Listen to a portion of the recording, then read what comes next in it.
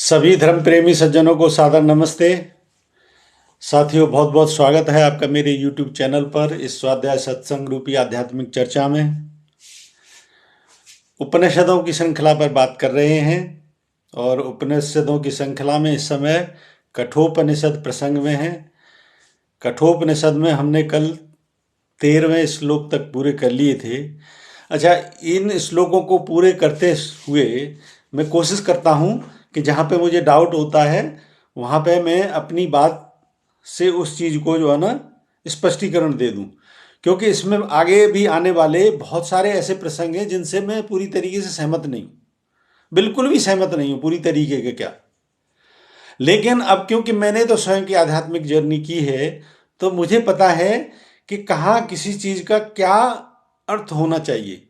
तो मैं जहाँ पे मेरी सहमति नहीं है इसके प्रति मैं पढ़ के जरूर सुनाऊंगा, तो मैं वहाँ पे बाद में इसको अपने तरीके से समराइज करूंगा और एक बार सारे फिर से पात्रों को कहाँ क्या है, क्या समझे उसका अर्थ, ये जरूर बताने की कोशिश करूंगा। तो अभी इसमें जो नचिकेता का दूसरा जो उसने वरदान मांगा था कि ये स्वर्ग साधक अग्नि क्या है, ये प्रसंग चल रहा था, तो इस पर हमने थोड़ी सी कल चर्चा की थी। आज अगला श्लोक लेते हैं 14वां और 15वां और इसके आगे के।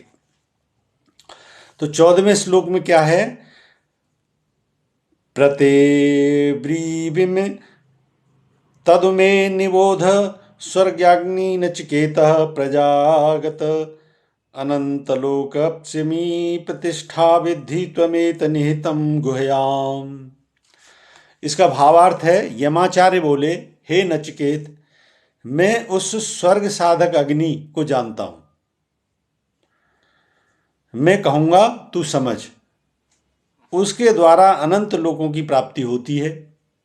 उन लोकों की वह आधार है, परंतु हाँ यह समझ ले कि वह अग्नि गुहा में निहित है। उसका जानना समझना एक रहस्य को समझने के समान है। यानी जिस अग्नि की नचिकेता ने बात की थी उसके बारे में यमाचार्य उसको बता रहे हैं कि अनंत लोकों की प्राप्त कराने वाली है ये, और अत्यंत गोपनीय है, यानी गुहा में निहित है। ये बहुत गोपनीय है, गुप्त है। यह हमारे अंदर जो है ना गुप्त अवस्था में है। इसके बाद जो है ना एक और श्लोक लेते हैं अगला। लोकादिमग्नि तमुवाच तस्मै या दृष्ट्या यावतीर्वा यथाया स चापि तप्यदखे वोक्तमस्या मृत्युः पुनरेवाह तुष्टः। इसका भावार्थ है, यमाचार्य ने नचिकेता को लोक की अर्थात स्वर्गलोक की साधक उस आदि अग्नि का उपदेश दिया। उस अग्नि के लिए जो जो ईंटें चाहिए, जितनी चाहिए, जिस प्रकार की चाहिए, सब कहा। नचिकेता ने भी आचार्य से जो कुछ कहा था वह ठीक ठीक वैसे ही सुना दिया।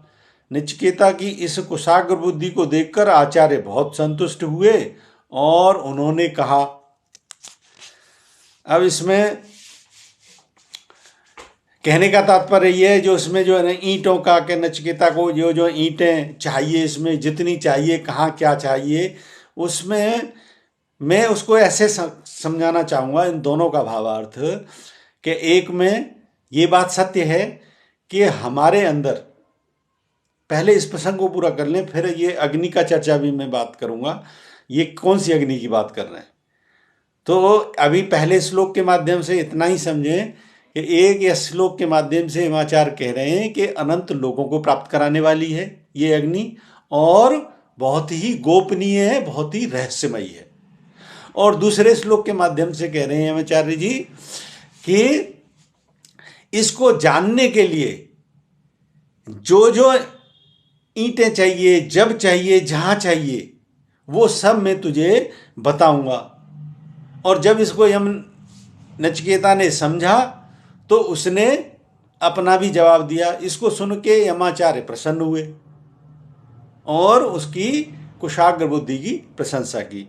अब यहाँ पे जो इसमें कहा है कि स्वर्गलोक की साधक आदि का उपदेश दिया, यानी इससे स्वर्गलोक की जो प्राप्ति होती है उसका उपदेश दिया। यहाँ पे मैं कहना चाहूँगा कि इस शक्ति के माध्यम से जो हमारे अंदर रूपांतरण होता है, एक रूपांतरण की क्रिया होती है, इस शक्ति के बारे में भी मैं वर्णन करूँगा। अभी इसमें जो प्रसंग चल रहा है उसको सुन लेते हैं, और उसके हिसाब से मैं थोड़ा सा जो इसमें अपने शब्द रखना चाहता हूँ वो यही है कि जो यहाँ पे कह रहे हैं कि इसके माध्यम से स्वर्गलोक की प्राप्ति होती है। तो स्वर्गलोक को समझो कि मोक्ष की प्राप्ति का मार्ग है ये। और वो अग्नि क्या है, अभी अग्नि तत्व ही समझते हैं, उसको मैं बाद में विस्तार से बताऊंगा कि वो मैं किस दृष्टिकोण से इस अग्नि को बयान करना चाहता था। इसमें मेरे दो दृष्टिकोण हैं, उन दोनों को ही मैं बताऊंगा। पहले इस प्रसंग को समझ लेते हैं। तो और दूसरी बात इसमें जो कही है कि ये ईंटें कहाँ चाहिए, कितनी चाहिए, कैसी चाहिए, वो सब यमाचार्य ने नचिकेता को कहा। वो ईंटें की जगह समझिए कि इसमें क्या क्या स्टेप्स चाहिए। कहते हैं ना, कोई अगर ये तो सबसे बड़ा लक्ष्य है, अल्टीमेट लक्ष्य है, स्वयं को जानना, ईश्वर की प्राप्ति करना, उसके सानिध्य में पहुंचना, तो ये सबसे बड़ा लक्ष्य है। तो इस लक्ष्य को पाने के लिए भी बहुत सारे मार्ग हैं। भक्ति का मार्ग जैसे कहा गया है, अष्टांग योग का मार्ग कहा गया है, हठ योग का मार्ग कहा गया है, लय योग का मार्ग कहा गया है। मंजिल सारी एक ही है, पहुंचते सब वही हैं, लेकिन रास्ते हैं। तो ये जो कि इसमें कहाँ कितनी ईंटें चाहिए, किस प्रकार चाहिए, तो इनको स्टेप समझें। जिस मार्ग से भी चल रहे हो, these all are the milestones. ये वृद्धि दर वृद्धि एक कदम है जो उस तरफ बढ़ते जाते हैं, और तब जाके वो मंजिल मिलती है। से आगे का और श्लोक लेते हैं।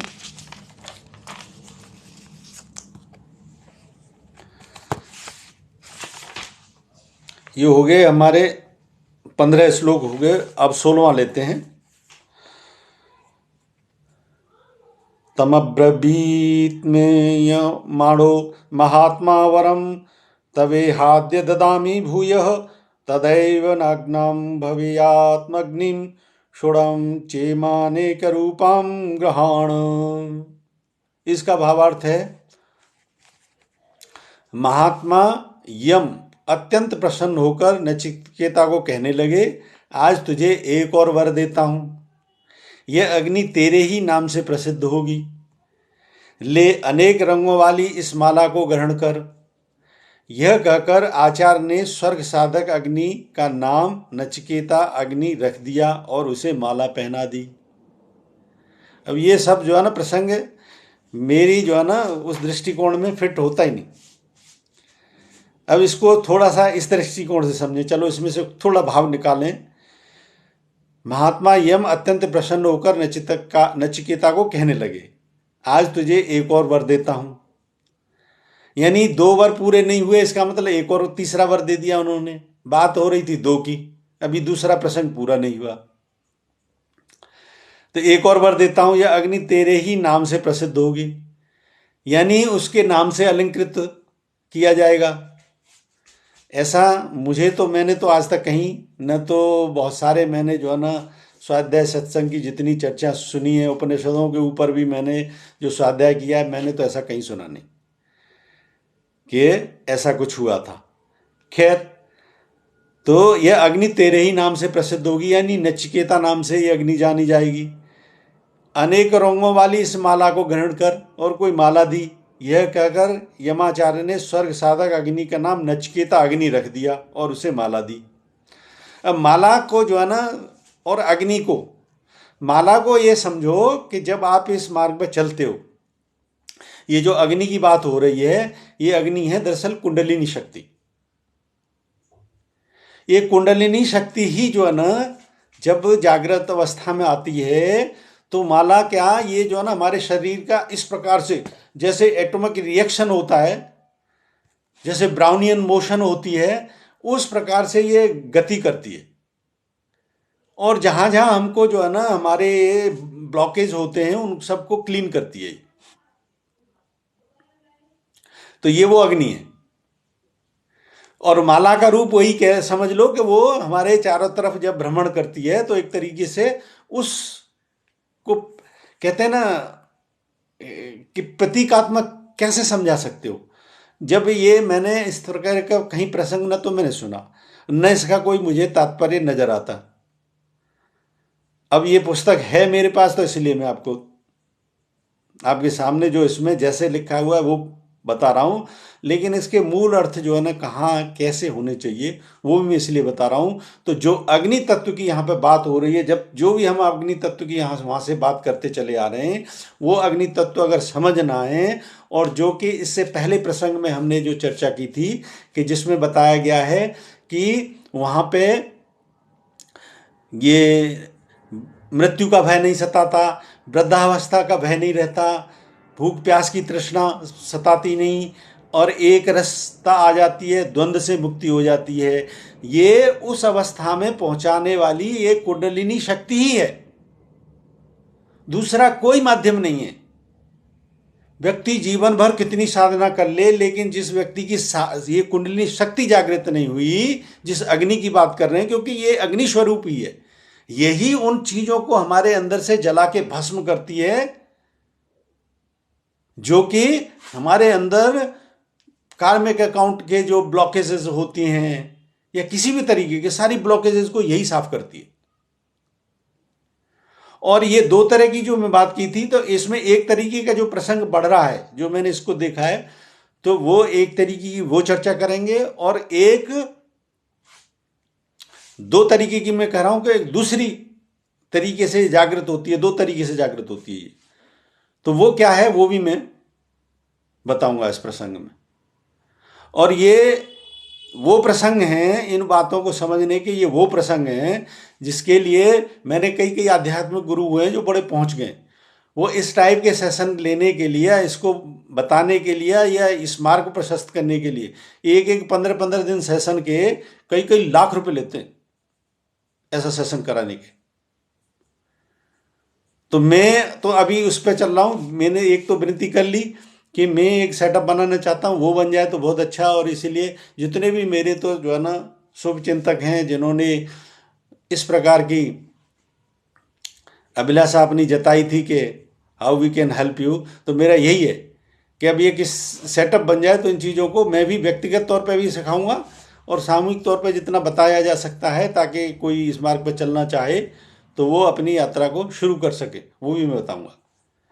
लेकिन ये एक जो सेशन की जो मैंने बताई कि बहुत सारे मैं जानता हूँ बहुत से धर्मगुरुओं को जो इसमें विशेषता है, जिनकी बहुत पैसा लेते हैं एक सेशन के, एक 15 दिन के सेशन के 4-4, 5-5 लाख रुपए, 25-25 लाख रुपए तक ऐसे देने वाले हैं लोग। I know so many organisation इस तरीके के, एक इंडिविजुअल से 25 लाख रुपए 15 दिन के सेशन के, इस चीज को बताने के। तो इस प्रसंग को हम ऐसे ही बढ़ाएंगे। तो कहने का मतलब है मेरा भी विचार वही है कि एक सेटअप बन जाए तो मैं किस तरीके से सर्व करना चाहूँगा। ये बहुत सी चीज़ें समय पर निर्धारित करेंगी कि क्या रूपरेखा बनती है, लेकिन निश्चित तौर पर अगर एक कोई सेटअप बनता है तो वहाँ से इस चीज़ को बहुत अच्छे से जो है ना किया जा सकता है, क्रियान्वित और बताया भी जा सकता है। बहुत सी चीज़ें इसमें सिर्फ और सिर्फ वन ऑन वन बताने की होती हैं, सिर्फ इंडिविजुअल व्यक्ति विशेष को ही बताई जा सकती हैं, और वहीं से उसको जो है ना क्रियान्वित भी कराने की क्रिया कराई जा सकती है। मास में बहुत सी चीज़ें ऐसी हैं ना तो बताई जा सकती ना समझाई जा सकती। बता दो तो समझ में नहीं आएंगी, और समझ में कुछ आए भी तो इम्प्लीमेंट नहीं हो पाएंगी, इम्पॉसिबल है। तो इसलिए आज प्रसंग को यहां तक लेते हुए कि वो जो माला की जो बात की वो प्रसंग हमने समझा कि कौन सी माला की बात कर रहे हैं। ईंटों के जो माध्यम की थी कि वो ईंटें यहाँ पे इतनी रखनी है, वो मैंने बताया वो स्टेप्स हैं, कैसे हैं वो स्टेप्स। और वो मंजिल किस वजह से प्राप्त होती है ये भी मैंने बताया था। वो किस प्रकार से हमारे आंतरिक जो जो पास्ट कर्माज हैं या पास्ट प्रेजेंट के जितने भी कर्माज हैं वो कैसे उनको जो है ना वॉश आउट करती है और नए बनने नहीं देती। वो इसी का कार्य है, इस अग्नि का ही कार्य है, और ये है कुंडलिनी शक्ति। इसको मैं आज प्रसंग को इस प्रकार से यहाँ पे पूरा करता हूँ। बाकी के श्लोक फिर से कर लेंगे, और मुझे उम्मीद है इसमें क्या दे रखा है जिससे मैं सहमत नहीं हूँ उस पर मैं अपनी स्पष्टता से बात रखी है, और इस चर्चा को इसी प्रकार से आगे बढ़ाएंगे। तो मुझे उम्मीद है कि ये इसमें जो जितनी भी शंका आ रही थी आज वो दूर हुई होंगी। इसीलिए मैंने कहा है जो पात्र हैं उन पर ध्यान देना है हमको। और पात्र में भी कल की चर्चा में जो नचिकेता और उसके पिता का जो संवाद शुरू हुआ है उसमें भी थोड़ा सा दोनों पहलुओं को और थोड़ा सा मैं थोड़ा सा डीपली मैंने उस पर चिंतन किया है। उसको बताऊंगा कि उन दोनों को कैसे समझें, तब इस यात्रा को आगे इस प्रकार से कंटिन्यू रखेंगे।